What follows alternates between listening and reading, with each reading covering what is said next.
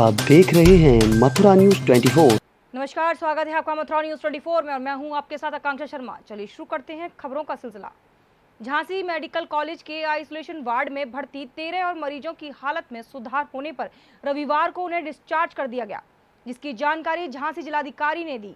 झांसी जिलाधिकारी आंद्रा वामसी ने जानकारी देते हुए बताया कि जिले में कुल 30 कोरोना संक्रमित मरीज सामने आए थे, जिनमें से 4 मरीजों की मौत हो चुकी है। उक्त चारों गंभीर रूप से बीमार थे। उन लोगों का झांसी मेडिकल कॉलेज में इलाज चल रहा था, जिनमें हालत सुधार होने पर 3 मरीजों को पहले ही डिस्चार्ज कर दिया गया था। आज 13 और मरीजों की हालत में सुधार होने पर डिस्चार्ज किया गया है। जनपद झांसी में कुल मिला के 30 एक्टिव केसेस था, जिसमें 4 मरीजों की मौत हुई थी और ये गंभीर बीमारी से भी पीड़ित थे। और बाकी जो रह गया 26 केसेस में आज की तारीख में तो सिर्फ 4 केसेस ही पॉजिटिव हो गया था और बाकी सब नेगेटिव हो गए थे। इसका मतलब 22 केसेस हमारा जो नेगेटिव हो गया था उसमें से पहले से भी 3 डिस्चार्ज थे और जो शेष जो 19 बचा है उसमें से 13 को हमने आज डिस्चार्ज कर दिया। अब 6 रह गए हैं जो डिस्चार्ज करने के लिए उनकी अवधि 12 दिन पूरी होना चाहिए, तब तक हम उसको भी 12 दिन की अवधि के हिसाब से डिस्चार्ज कर देंगे। तो वर्तमान में झांसी का केसेस 4 तक आ गया था, तो अच्छी बात है। बाकी सब लोगों से अनुरोध ये है कि सोशल डिस्टेंसिंग बना के रखें, मास्क पहन के रखें, लॉकडाउन का उल्लंघन ना करें और दूरी बना कर रखें। धन्यवाद। झांसी के बबीना थाना क्षेत्र के ग्राम बैदौरा में रविवार को सेना के बम फटने से 2 लोगों की मौत हो गई। घटना ग्राम बैदौरा के टुंका में उस समय हुई जब मृतक आरती नाम की लड़की बम को तोड़कर उसे कबाड़ी को बेचने जा रही थी, लेकिन सेना के बम का विस्फोट होने पर आरती की मौके पर ही मौत हो गई। वहीं उसके पिता को जब इलाज के लिए ले जा रहे थे तभी रास्ते में उन्होंने भी दम तोड़ दिया। बताया जा रहा है कि इस गाँव के पास सेना की फायरिंग रेंज स्थित है, जहां से स्थानीय लोग कई बार धातु के लालच में हथगोले व अन्य विस्फोटक उठा लाते हैं। इसी तरह इस विस्फोटक पदार्थ को लाकर आरती ने तोड़ने की कोशिश की तो उसके फटने से ब्लास्ट हो गया और 3 लोग गंभीर रूप से जख्मी हो गए थे, जिसमें आरती और पर्वत की मौके पर ही मौत हो गई। वहीं उसकी मां सपना की हालत गंभीर है, उसका इलाज मेडिकल कॉलेज में चल रहा है। दिनांक 17/5/2020 को समय लगभग 3 बजे दोपहर 112 नंबर कंट्रोल रूम से बताया गया थाना बबीना के ग्राम टूका बेदौरा में बम फटने से 2 व्यक्ति घायल और एक आरती डॉक्टर ऑफ दिनेश की मृत्यु हो गई। घटना की सूचना पर एसएचओ बबीना व अन्य पुलिस अधिकारियों द्वारा निरीक्षण घटनास्थल किया गया। निरीक्षण घटनास्थल व परिवारजनों से बातचीत में यह तथ्य प्रकाश में आया कि ग्राम टूका बेदौरा से लगा हुआ बबीना कैंट आर्मी का फायरिंग बर्थ है, जहाँ कुछ दिनों पहले फायरिंग की गई थी। वहाँ से कुछ explosive Aarti doctor of Dinesh उम्र 17 वर्ष के हाथ लग गए थे, जिसको उसके द्वारा खोल करके देखा जा रहा था और ब्लास्ट हो गया। ब्लास्ट में सपना वाइफ ऑफ दिनेश, पर्वत सना प्रीतम इंजर्ड हैं व आरती डॉक्टर ऑफ दिनेश की मृत्यु हो गई। घायलों को उपचार हेतु जिला अस्पताल भेज दिया गया है। मृतका के पोस्टमार्टम और पंचायतनामा की कार्रवाई की जा रही है। परिवारजनों से तहरीर प्राप्त होने पर अन्य आवश्यक वैधानिक कार्रवाई की जाएगी। लॉकडाउन पार्ट 4 चालू हो चुका है, लेकिन प्रवासी मजदूरों का पलायन जारी है और इस पलायन में मजदूरों को काफी समस्या का सामना करना पड़ रहा है। इसी के चलते हरियाणा, दिल्ली, पंजाब, राजस्थान जैसे प्रदेशों में काम करने वाले मजदूर यूपी बॉर्डर कोसी में आए तो उनके लिए सरकार द्वारा किसी भी प्रकार की कोई व्यवस्था नहीं की गई। सरकार चाहे कितने भी बड़े वादे कर ले, लेकिन उनके आला अधिकारी उनके वादों पर चूना लगा रहे हैं। गरीब के पेट भरने के जो सरकार द्वारा पैसा दिया जा रहा है, उस पैसों का उन गरीब को खाने के लिए कुछ नहीं दिया जा रहा। अगर दिया जा रहा है तो सिर्फ कच्ची खिचड़ी। इन मजदूरों की सेवा में समाज सेवी द्वारा खाने पीने की व्यवस्था की जा रही है, चाहे वे दिन का खाना हो चाहे रात का। आज सुबह जब हमारी टीम अनाज मंडी कोसी कला पहुंची तो प्रवासी मजदूरों ने एक समाज सेवी की गाड़ी के आगे बहुत भीड़ लगा रखी थी। जब हमने जाकर देखा तो वे खाने पीने की चीज पर झगड़ते झपटते नजर आई। किसी को खाने के लिए मिल गया तो कोई उस भीड़ से निराश चला गया। अहमद, हाँ, क्या कहना चाहते हैं? अब ये जो भीड़ लग रही थी, क्यों लग रही थी? भीड़ लग रही है तो खाना बट रहा था, इसलिए भीड़ लग रही है। तो मतलब खाने की व्यवस्था सही नहीं चल रही यहाँ पे? खाने की व्यवस्था कोई सही नहीं है सही से, क्योंकि भीड़ लग रही थी। आप तो खुद ही देख रहे हैं, क्योंकि बांटा आधा चले गए, आधे लोग रह गए, आधे मतलब किसी को नहीं मिल पाया। हाँ, किसी को मिला, किसी को नहीं मिला। कोसीकला थाना रोड पर 5 दिन के अंदर ये दूसरी घटना है। आपको बता दें, थाने से महज 70 कदम की दूरी पर चोर अपनी चोरी की घटनाओं को अंजाम देते हैं। एक तरफ तो कोरोना जैसी महामारी से व्यक्ति जूझ रहा है, तो वहीं लॉकडाउन को करीब 2 महीने पूरे होने को हैं। अभी लॉकडाउन में कोई भी छूट नहीं मिल रही। उसके बाद कोसीकला को हॉटस्पॉट भी बना दिया गया है। हॉटस्पॉट के बाद भी थाने के चंद कदम दूर दूसरी घटना है, जब फुटवेयर मालिक गरीब बेसहारा लोगों को फुटवेयर देने के लिए निकालने आया तो उन्होंने देखा उनकी गोदाम की शटर उठी पड़ी है। इसकी सूचना 112 पर दी गई। मौके पर पुलिस पहुंच गई और गोदाम में प्रवेश किया तो गोदाम में सारी अलमारियां खाली मिली। उसे देख गोदाम मालिक के होश उड़ गए। एक घटना को घटित कुछ ही दिन हुए हैं, उसके बाद लगातार दूसरी घटना। अब तो उन गोदाम मालिकों के गोदामों को भी देखना जाएगा जो लॉकडाउन के अंदर अभी तक नहीं खुले। ना जाने ऐसी कितनी जगह पर चोरों ने अपने हाथ साफ किए होंगे। इस संदर्भ में फुटवेयर मालिक ने जानकारी देते हुए बताया कि जब हमने अंदर जाकर देखा तो लगभग 1 से 1.5 लाख रुपए का माल इसमें से गायब है। पुनीत कुमार। क्या हुआ यहाँ पे? यहाँ पर सर कल हमने चप्पलें बंटवाई थी कुछ गरीबों को। कुछ मिलने वाले लड़के का फ़ोन आया था तो उसको चप्पलें दी थी बच्चों की। तो उसका फ़ोन आया था कि आज हमें बड़ी चप्पलें थोड़ी सी और सेवा कर दी जाए। तो उसके लिए मैं सुबह यहाँ 5:30 बजे आया तो मैंने देखा कि शटर उठा हुआ था। शटर उठा हुआ था, बाहर के ताले सील थे, अंदर का शटर उठा हुआ था। और फिर उसके बाद मैं अपने भाई साहब को बुलाया, सबको बुलाया। उसके बाद पुलिस को इन्फॉर्म करा। उसके बाद में जो है पुलिस आई तो अंदर जाके देखा तो काफ़ी सारा माल गायब था। यहाँ से कीमती माल है, कम से कम 50% से ज़्यादा माल स्पोर्ट्स शू महंगे में जो अच्छी रेंज का महंगा माल था वो गायब था। तो ये आपकी जो ये दुकान है कौन सी एरिया में है? ये मंडी गेट थाना रोड पर पड़ती है सर। मंडी गेट का अनाज मंडी गेट के बिल्कुल सामने। लगभग थाने के पास समझो। थाने से लगभग 100-150 मीटर ही पड़ेगा। 300-400 मीटर गज 300-400 गज दूरी पे पड़ेगा थाने से सर। हाँ जी, कुछ दिन पहले राम भरोसी जी के भी टूटे थे ताले। वो जस्ट आपके पास ही थे? हाँ जी, बिल्कुल जस्ट बराबर में है। तो क्या लग रहा है आपको?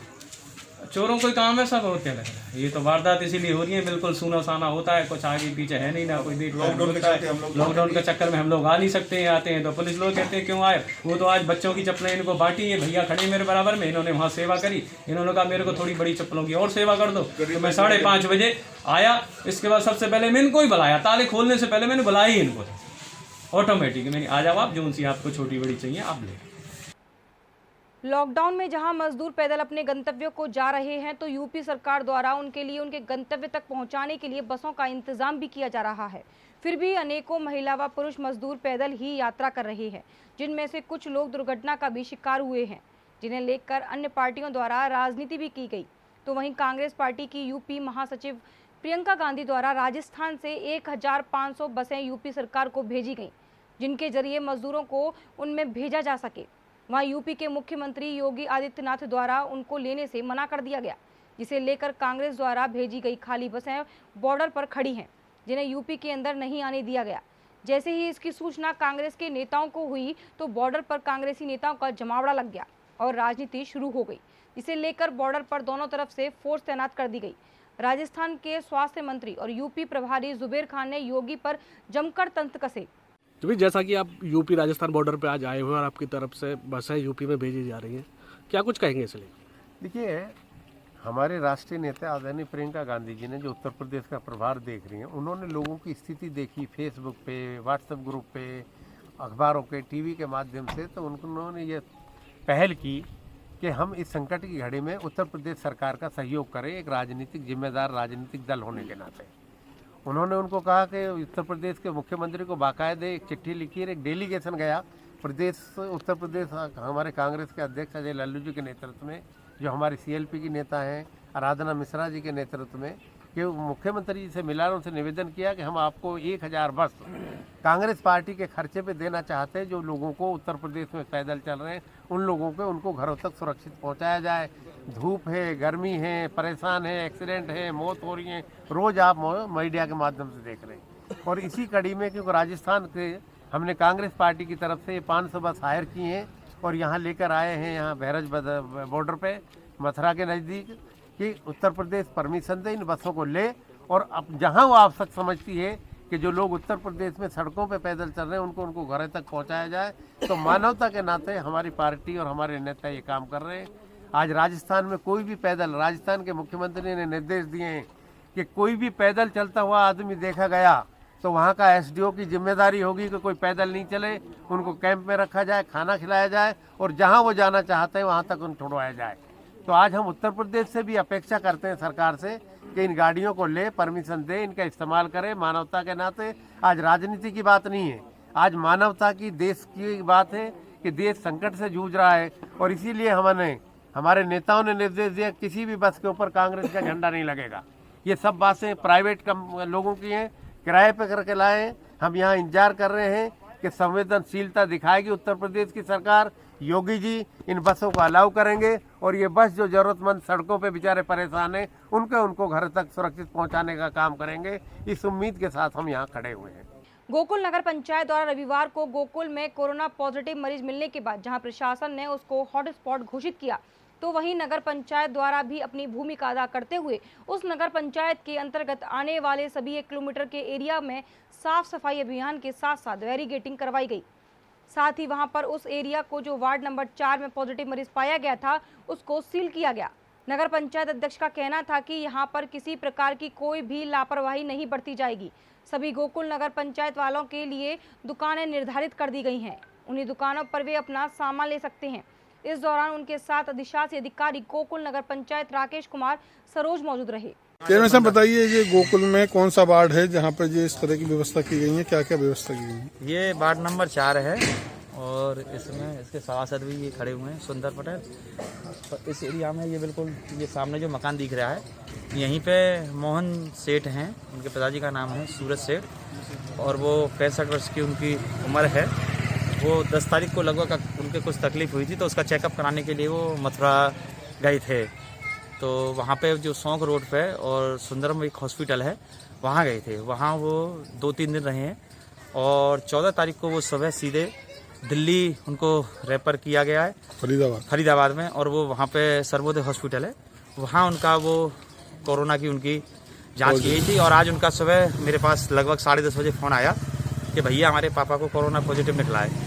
तो मैंने उनसे रिपोर्ट मंगाई, मैंने एसडीएम साहब से बात करी, डीएम साहब से बात करी कि यहाँ मेरे गोकुल में कोरोना का पॉजिटिव निकला है। तब से फिर उन्होंने जांच भी मेरे पास मोबाइल भेज दी। तो उनको अब वहाँ पे कोई हॉस्पिटल ले रहे नहीं थे उनको, तो इसकी वजह से उनको अब हमारे यहाँ सीएमओ साहब ने बात की थी तो उनको यहाँ मथुरा में केडी हॉस्पिटल में लाया गया है और वो इस समय केडी हॉस्पिटल में आ गए हैं। और तो उनके घर वाले जो क्या व्यवस्था की गई है? हॉटस्पॉट में पूरा बंद कर दिया है। गोकुल को चारों तरफ से जितने भी रास्ते हैं वो पूरे सीज कर दिए गए हैं और गोकुल में जितनी भी दुकान हैं वो सब बंद रहेंगी। पोस्ट ऑफिस है, बैंक हैं, ये सब बिल्कुल बंद कर दिए गए हैं। जितने भी ढकेल वाले थे वो सब बंद कर दिए और सिर्फ हमने गोकुल में 4 से 6 दुकान हैं, 2 सब्जी की हैं, 2 किराना की हैं और 2 दूध की हैं। ये सिर्फ 6 दुकान खुलेंगी और ये होम डिलीवरी करेंगे सभी के यहाँ ये लोग हैं जो।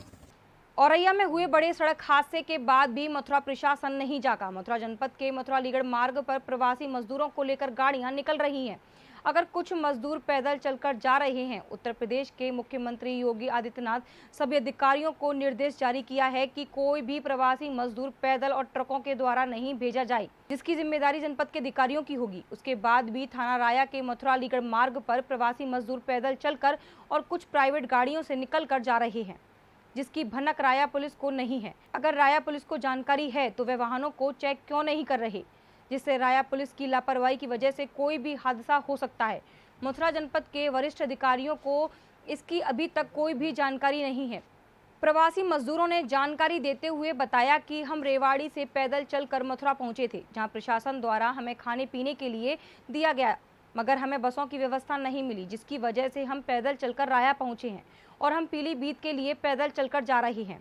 प्रवासी महिला मजदूर ने बताया कि हम मुंबई से पैदल चलकर आ रहे हैं और हमें करीब 16 दिन हो गए और कुछ लोगों द्वारा हमारी मदद की गई और कुछ दूरी तक हमने प्राइवेट वाहनों से सफर किया। मैं स्टैंड नाला सवार मुंबई से आ रही हूँ। किससे आ रही हो? पैदल ही आ रहा, चल गया। कितने दिन हो गए आपको पैदल चलते हुए? मैं 16-17 दिन हो गए। तो यहाँ राया किससे आए हो? राय भी हम पैदल आए, फिर थोड़ी दूर बिठा लिया, फिर हमें वहाँ पे पैदल चल रहे हैं। हमने कि कोई मिल जाए अलीगढ़ को, अलीगढ़ से आगे हम पहाड़ पे जाएंगे। तो सरकार तो बसों की व्यवस्था कर रही है, कहीं नहीं रुकाई कहीं पे भी। तो आप बहुत अभी 10 तो अभी गई हाथ दे रहे हैं। कोई व्यवस्था नहीं है सरकार की तरफ से? नहीं।